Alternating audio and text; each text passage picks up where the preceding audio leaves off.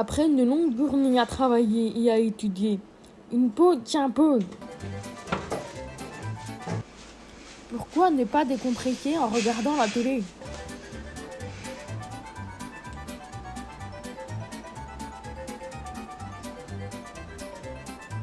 Supérieur à la valeur seuil que nous avons imposée de 80. Il ne comprend rien.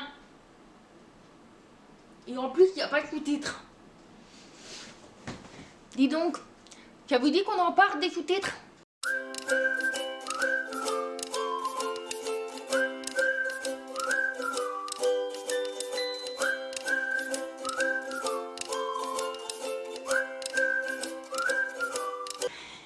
Donc voilà, nous, par exemple, moi, je ne peux pas regarder que je veux à la télé parce que je suis obligée de regarder si le programme propose des sous-titres ou pas. Donc c'est vrai qu'il y en a qui ne proposent pas du tout. Donc là au moins c'est clair, on sait qu'il n'y a pas de sous-titres. Mais il y en a certains qui le proposent, vous savez, avec ce petit symbole d'une oreille barrée. Ils le proposent, mais impossible de trouver les sous-titrages. Donc c'est vrai que c'est un petit peu frustrant, parce que dès qu'on trouve quelque chose de super à regarder, eh ben on est limité à cause des sous-titrages. Voilà, mais ce n'est pas le pire. Certains proposent des sous-titres, mais qui sont énormément à la traîne. Regardez, un petit exemple. Après ce reportage important sur la sauvegarde de l'environnement, maintenant nous allons évoquer les intempéries qui touchent le pays. J'en ai entendu parler de ces inondations. C'est affreux. Ah mais attends, j'ai toujours une tortue de mer, moi.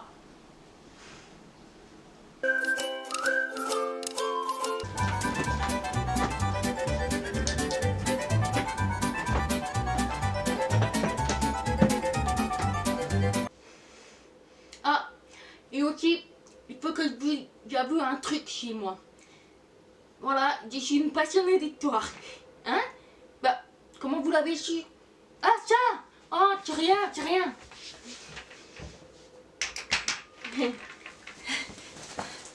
Voilà. Pardon. Donc voilà, comme je disais que j'étais une passionnée en histoire, j'aime bien regarder des documentaires historiques. Il m'arrive de les rater. Ah mais attends, pour ça, il y a le replay. Ah, mais attends, parlons-en du replay. Ben quoi, c'est formidable ça le replay, non? Ça pour être formidable, ils ne sont jamais sous-titrés. Jamais. Ah, c'est vraiment dommage. Je sais pas que tu rates. C'était intéressant. Aïe! Bien fait. Bon, donc parlons maintenant des vidéos sur internet. En fait, il y a beaucoup de plateformes vidéo qui proposent l'option sous-titres. Mais ce sont des personnes comme vous, des personnes entendantes, qui en fait ajoutent des sous-titres après la sortie de la vidéo. Alors, ça pourrait aider les personnes malentendantes aussi si vous décidez un jour d'ajouter les sous-titres à une vidéo. Sachez que c'est possible. Oh, ah mais attends, il y a des sous-titrages automatiques.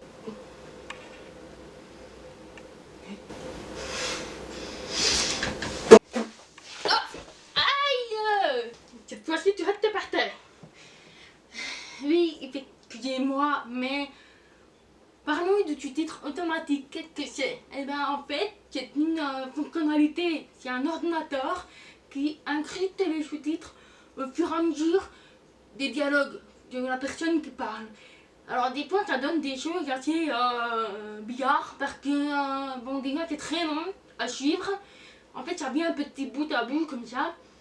Et il y a certains mots que l'ordinateur a du mal à comprendre. Et donc du coup il change complètement les sens du mot. Donc ça ne veut plus trop rien dire et ça ne vaut pas le coup de se faire agresser par des phrases qui ne veulent complètement rien dire. Voilà, d'ailleurs, je vous invite à aller voir vous-même ce que ça donne une sous-titrage automatique sur une plateforme vidéo. Essayez et vous verrez. Donc voilà pour dire que le sous-titre ça fait partie intégrante de ma vie. Parce que je ne peux pas vivre sans, tout simplement. Et du coup, c'est pour ça que je ne vais pas au cinéma. Alors que j'adore ça, d'aller au cinéma. Mais vous savez que les films proposés au cinéma ne sont jamais sous-titrés, puisqu'ils viennent juste de sortir. Et donc, c'est très énervant. Alors, moi, ce que je fais, c'est de lire le livre si le film a été adapté d'un livre.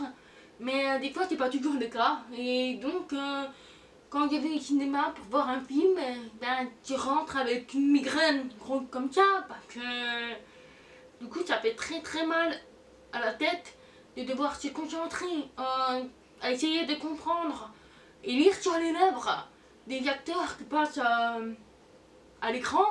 Et donc c'est très très fatigant, très épuisant.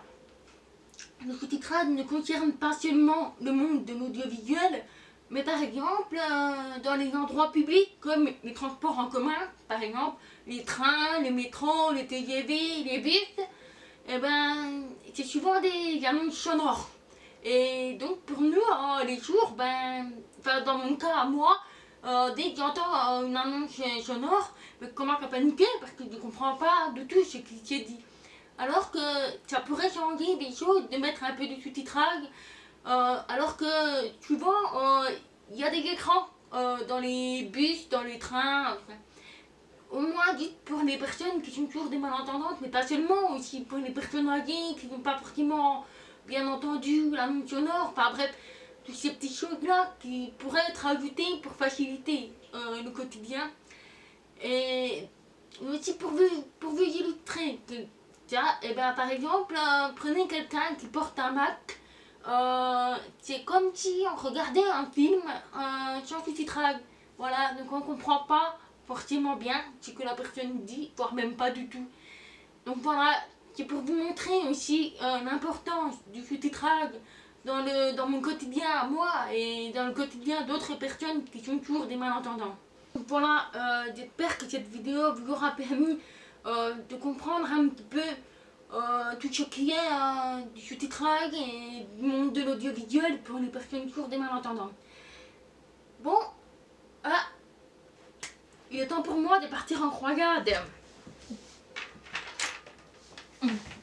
A bientôt pour une prochaine vidéo. Et surtout n'hésitez pas à vous abonner à ma chaîne. Elle attaque! Dis Loulou, j'ai pas un peu l'impression que tu as pris la grosse tête depuis la dernière vidéo, non?